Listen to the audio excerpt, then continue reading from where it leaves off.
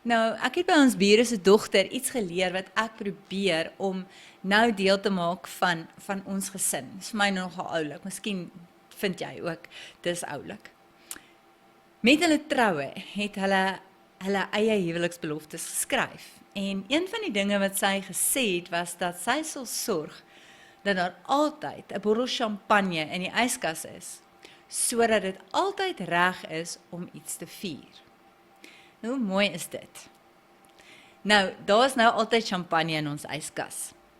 Selfs toe die krag en water nou die dag vir 3 dae af was en toe weer aangekom het ek die champagne oopgemaak want ek was so bly.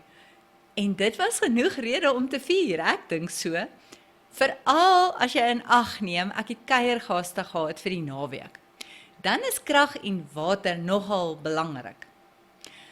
Met champagne wat deesdae nogal in blikkies kom, maak dit ook makliker, so daar's geen verskoning dat jy 'n hele bottel gaan mors nie. Nou as jy begin met die gewoonte, sal jy ontdek, daar's eintlik baie om te vier. En dit is eintlik wonderlik, want ek dink die ander lede van die gesin sien uit na die volgende geleentheid, wanneer iets van hulle gevier word.